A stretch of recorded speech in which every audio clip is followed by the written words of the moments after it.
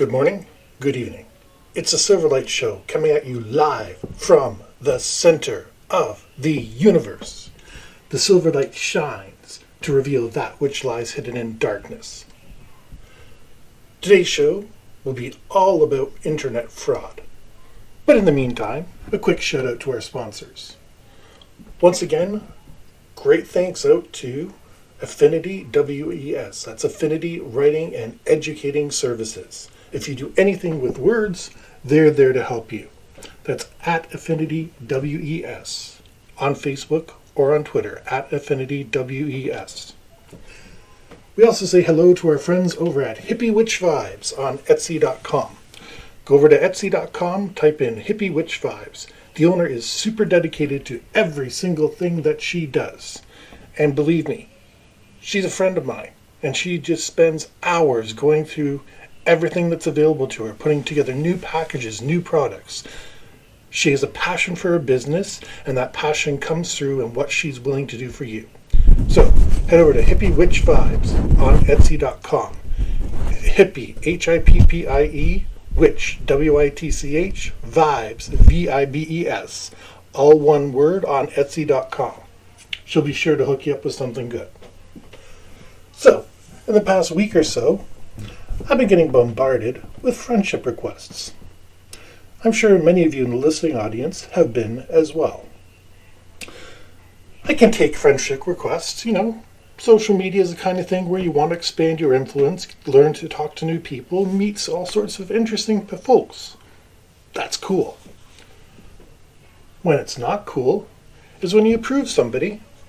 You look at their profile, they got a couple pictures, maybe something that they're interested in. So the first red flags, they manage to pass. So you click confirm on the friend. Then immediately the chat box opens. Bling, hi, or hello, or something equally as banal. It's always the same. As an incredibly minor celebrity, more from my books than from this channel, although things might change in the future, immediately the conversation's not going to go good. As a remarkably low caliber influencer, I know that fans of my work are going to come up with, hey, I love your show, or hey, I love your books, or, you did this for us back in 2012. We really appreciated it. Can you do it again? They never start off with hi. And being a polite person, naturally, you reply hi back, or hello, or whatever else it is.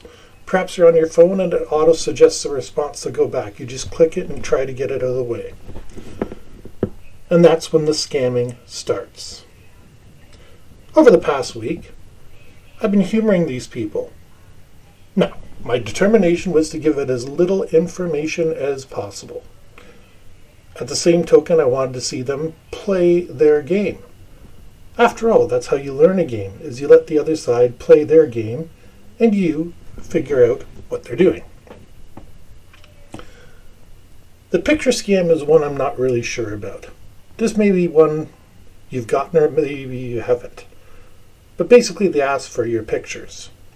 Well, as you might have guessed from my YouTube channel, I'm not really big on showing my face. I like my privacy. I like knowing that if I decide to go shopping or if I take my woman somewhere, take my kids somewhere, no one's going to be stopping me and asking me questions. Not that I'm ashamed of anything I say, I just like the fact that I can go out and maintain my visual camouflage. Gray man philosophy. I was talking about that last year. Try to be invisible no matter what you do. But these people have taken to say, oh, I want your picture. Well, this is a guy asking me, which is unusual, but there are homosexual men, there are transsexual men, there are people that would probably be interested in seeing pictures of me.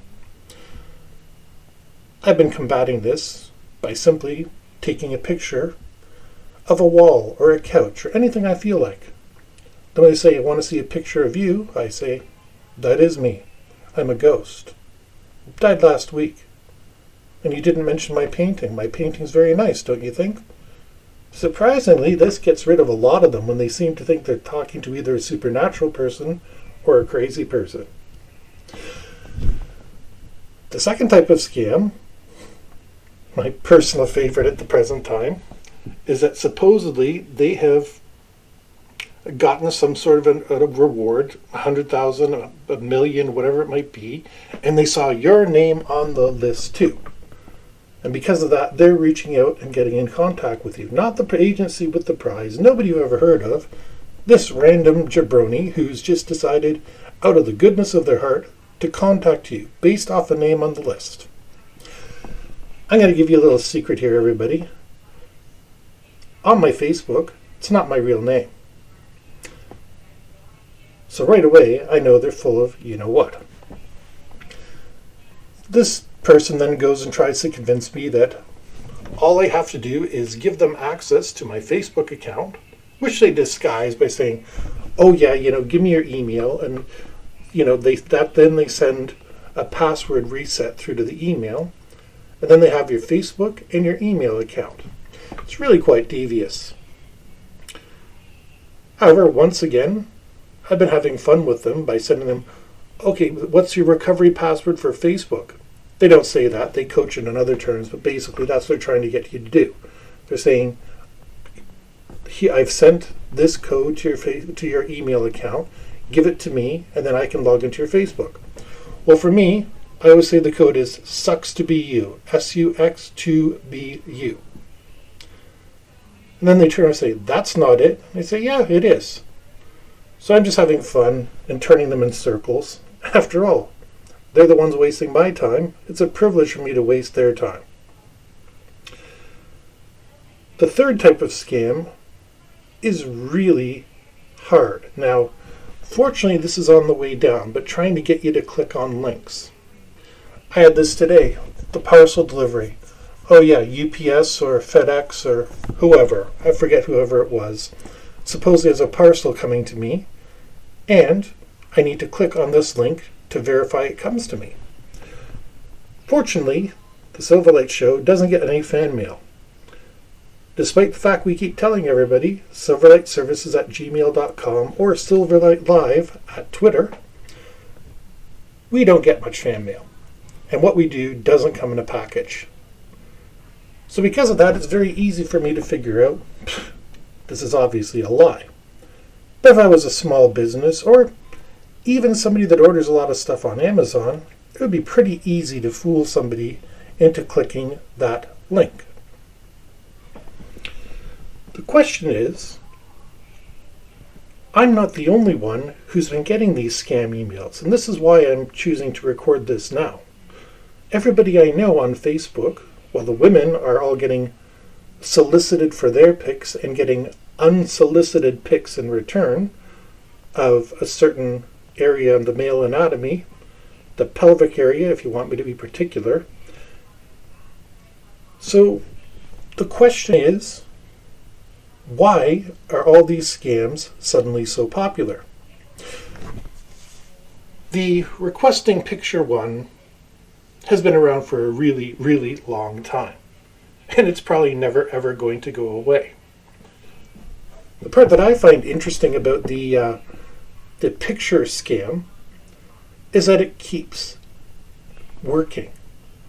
You see, the monetary scams and stuff like that, they still exist because they work. People still keep clicking on the links. People still keep giving their information. But the nude picture scam, it works because people are sending nude pictures. As much as most of us don't, some of us do.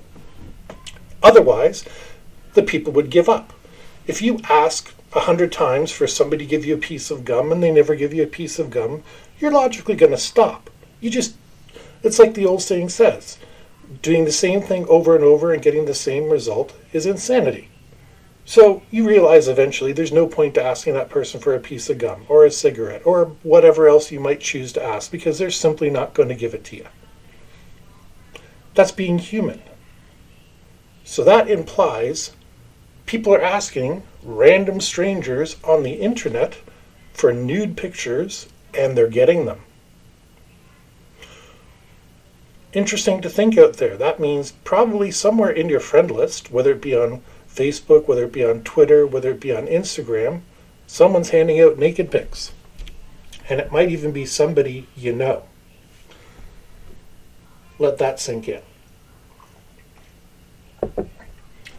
Pictures, however, it reminds me of the scandal. Remember when Brett Favre was with the New York Jets and he supposedly accidentally sent a pelvic picture to somebody he wasn't supposed to. And he claimed it was an accident. Maybe. I'm willing to say maybe. Now, chances are he was just getting his jollies off. But with all these scams out there, I can see a scammer taking a picture of me and a picture of my pelvic area and putting them together to send to somebody that I might not want them to send it to. It would be a very interesting way to blackmail a celebrity. Brett Favre is certainly not the celebrity he once was, but at one point he was considered a golden boy, did everything right, good southern lad, and over time his incident has been forgotten. But plenty of other NFL players would love to send you a naked picture. Athletes, after all, train their body for decades to get into the shape that they have. They have pride in their body. And damn it, they should have pride. Don't have much of a problem with athletes being proud of their body. They need to realize they are most at risk. Most of my listeners, as good as you are, none of us is going to qualify for any body awards. And that's not to insult you, that's just to be factual that we are not particularly vulnerable to this scam, but there are people that are vulnerable to it. So whoever the person you think is very attractive on your list and who has a good self-image, they probably just have enough guts to send their picture to somebody. And believe me, there's always a record of it on the internet. Looking at the money scams are very explainable. We're in a tough economic situation. Starting a business with all the lockdowns and the transportation difficulties would be very, very insane. You could do it. You can do anything if you set your mind to it. But you just need to realize that there'll be a whole lot of setbacks on the way. Opening a restaurant is probably the best opportunity to do it because you'd be setting up in the worst environment, and if you manage to make it 6 months to a year, you're doing something right. And whatever you're doing, I hope you're doing it and you're making money and doing well. But these scammers are spending time, energy, and money in the hopes of a quick buck. Because they have nothing else to do right now. Scammers like to operate when legal means are not available to them. Let's look at drug dealers. Don't want to pick on them. I'm sure there's nice drug dealers and they're not out there trying to shoot each other up. But they're taking advantage of an economic opportunity because they can't take advantage of the ones that exist. They either can't get a job at the local McDonald's or they can't practice whatever their degree might be. And it is hard finding anything with an arts bachelor's from a university. So they turn to dealing drugs. It's out of desperation. Or in some cases, it's because they saw the first half of Scarface and thought it looked pretty cool and didn't pay attention to the second half. They all want that big scene where he's there on the pile of cocaine, he has the women and the money and everything, and that's what they look up to, without remembering how the movie ends. It doesn't end very well for Scarface. That's what they're buying into because they think that is the easiest way for them to get ahead in the world. And that's really what we're all doing. What's the easiest thing that we can be doing? Whether you're a nurse, whether you're, a pet groomer, whether you're a hairstylist, most people are working what is the easiest thing for them to do. I believe I've said this before, but the number of taxi drivers and truck drivers out there that have advanced degrees is shocking. Just makes you despair. But they're working as a truck driver or a taxi driver or an Uber driver, this is 2021, because that's the easiest thing for them. For them to go back and get an education that is recognized, they would have to spend a year or two without money coming into their family. They would have to jump all sorts of hoops. They don't have that kind of time. Now, the good thing about the person driving a truck, the person serving you a coffee, they're working within the system. Scammers are working around the system. The old idea of a con job, a confidence job, is that they win your confidence. And this is really the core of what they're doing. In hacking, it's called a social engineering attack. That means you're not using any advanced computer techniques. You're just acting like James Bond does, where he picks something up and goes with it. Or perhaps a better example would be Eddie Murphy in Beverly Hills Cop, where he walks in, sees a bunch of flowers, and then claims he's a flower deliveryman for the vice president, and then they let him into the building. Confidence men are like that. They'd send out 100 contacts in a day, and if they're lucky, they get the one little old lady, sorry to be stereotypical there, but the one little old lady who has nothing better to do but to talk. And they win them over, they talk nice to them, they stroke their ego a little bit, then they ask for their help. Or, they flatter a younger lady saying, oh, I'm in love with you, I want to move there and marry you, etc. They win their confidence. And this is what the scammers depend on. So, protecting yourself is easy. If you don't know somebody, don't send them money. This sounds pretty obvious, but it's obviously not obvious. Because if scammers weren't getting money, they would go away. Then, of course, all the usual advice. Don't click on any links that you don't know what they are. Don't provide your personal information on the phone. Always challenge the person. I have dealt extensively with the government. They know what questions to ask you, and they will never call you and make you identify yourself to them. They say, is this Jeff Williams? Is this Bret Hart? Is this Ken Fowler? Is this whatever it might be? Is this at this address? Okay. Most of the time, the government or agencies like that are going to contact you by mail, registered mail, or if it's bad enough, they're going to send a bailiff.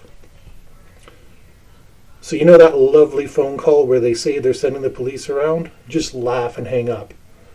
The police don't announce their presence. That has been proved extensively over the past few months, where they just no-knock enter and sucks to be you. Other scams, and my least favorite, are psychics. Now, I believe that psychics exist, and I have personal experience telling me psychics exist. I've seen them work miraculous things. But I also know there's a few very shady people that promise the world. A friend of mine, this was about 10 years ago, a friend of mine who was a little older than me and not quite as sophisticated with computers, she wanted to get back with her former boyfriend. I didn't think it was a good idea for her, but it's her life, her choice, so be it. I didn't mind her pursuing that, but what I minded is she contacted a voodoo practitioner, supposedly from Jamaica. Oh yeah, from Jamaica. Not Haiti, Jamaica. This guy had talked her into a $1,000 package where, I'm assuming it's a guy, I don't know the scammer, let's just call him the scammer. The scammer had talked her into a $1,000 package where he was going to work some voodoo magic ritual and get her lover back. Now, by sheer coincidence, I don't know what happened, she was corresponding with this guy privately, but when she was entering the email field, she accidentally hit the first letter of my email address, not the Silverlight email address, my email address, and sent it to me. So I was able to read the whole conversation. And this guy was already doing things, this scammer was already putting ideas in her head, saying, oh yeah, the $1,000 will have the first spell. And if that doesn't work because there's extra evil spirits that are impeding your progress, then there'll be a $500 spell after that. Like, this guy is already grooming her for the next set of exploitation. And it was fascinating to read.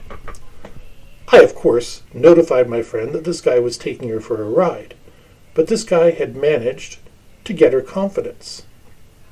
And it's very easy to do that. He used the standard stage magician trick. Ask some vague questions.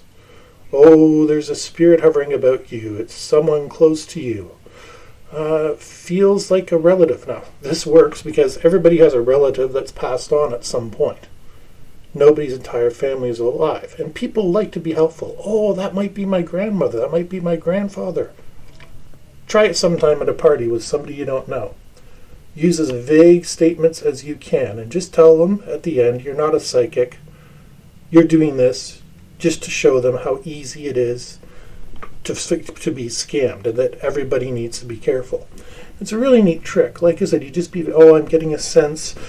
I can almost smell her perfume. She was very important to you. Well, of course, females are important to all of us. We wouldn't be here without women. And by being able to word such vague statements and getting the person to tell you information, you can extrapolate quite a lot. You don't have to be Sherlock Holmes. You just need to read what information the person gives you and deduct. Once they gain your confidence, they have you over a barrel, baby. You're going to be doing what they want you to.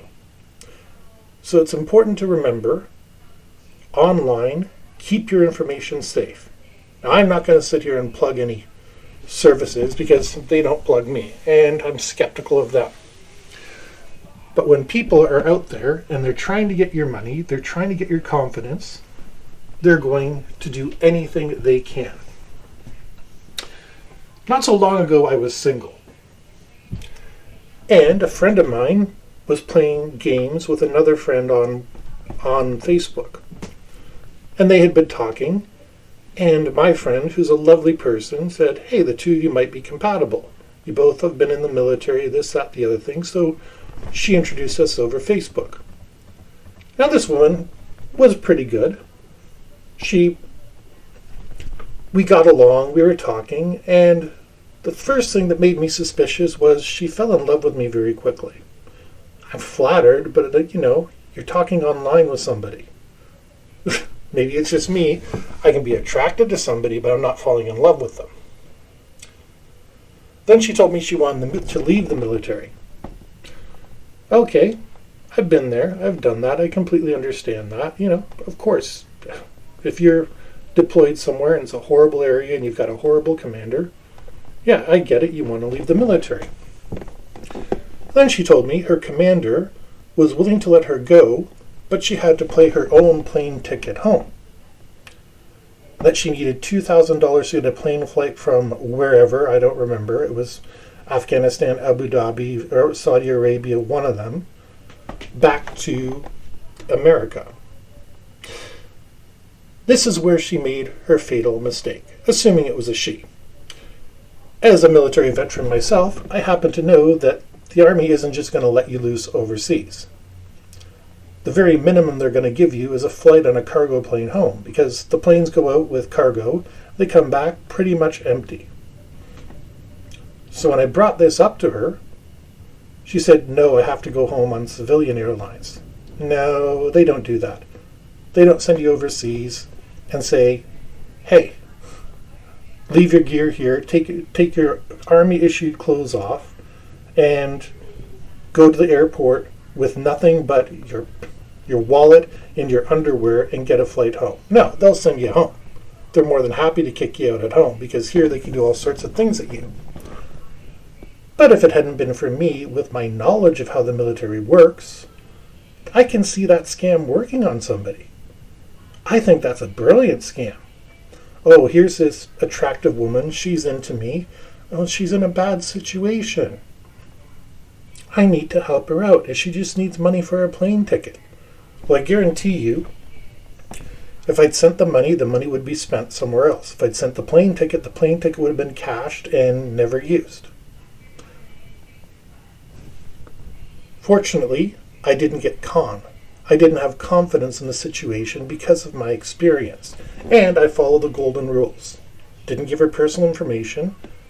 I like saying I live in the city close to where I live. It's a bigger city that people know. just because it throws them a little more off the scent in case people do try to hunt you down.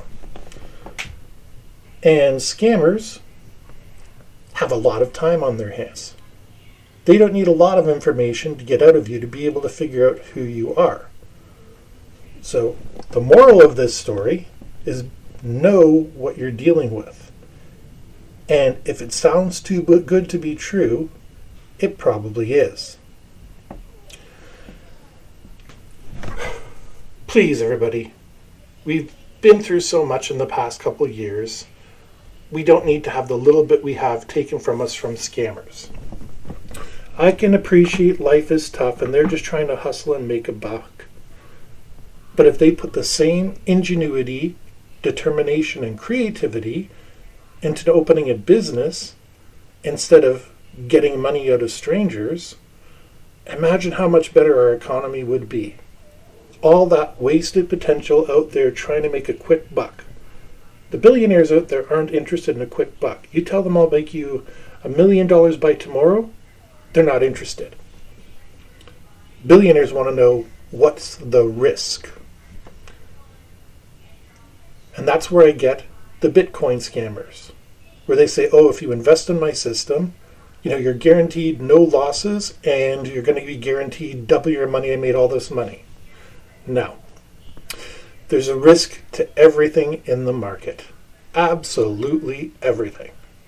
So if they won't tell you the risk and they say it's guaranteed, don't walk away, run. They don't know what they're talking about. They're just trying to get your money. Again, confidence. You want to hear your money's going to be perfectly safe, and you want to hear that you're going to be making lots of money. For those of you that saw the new James Bond, Casino Royale, remember the scene at the beginning where the Le Chiffre is meeting with the freedom fighter, terrorist, whatever you want to call him.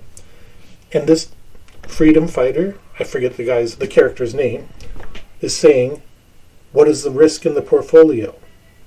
And Le Chiffre says, there is no risk in the portfolio. And the freedom fighter says, I can access it anywhere in the world. And Le Chiffre says, yes, you can get it anywhere in the world. So that's why he gives them all of his money. And what does Le Chiffre do? He promptly loses it all by gambling on a stock. This was a very good example of how scammers work. Le Chiffre didn't intend to lose this man's money. He tried to make more money off of the money he already had. And he failed miserably because he didn't account for James Bond. There's no such thing as a guarantee in this world. As much as I'd like to tell you all, hey, it's all in the bag, it's guaranteed, everyone's going to be a millionaire by tomorrow, it's not going to happen. Sadly. So, don't be a sucker. Don't be ashamed. If something sounds too good to be true, find somebody you know and you trust. Run it by them and say, hey, what do you think? Does this sound funny? Does this sound weird? And there's no shame in that whatsoever. As a matter of fact, I would encourage it. And please don't give money to people you don't know, because you're never going to see it again. This has been the Silverlight Show, talking about scams. Something I hope I never have to address again, but I'm sure I'm going to have to at some point. If you like this show, please like and subscribe. It's always welcome. And if you really like the channel, please help yourself to one of the books in the link below. The channel is free, the information is free, but when I write, I have a rich imagination and lots of ideas. That's where I expect I want money for stuff that I actually give you. I'm not asking for money for free. I don't like a scam. I don't perpetuate a scam. So, once again, thank you all for listening to the Silverlight Show, and I hope everyone has a great day.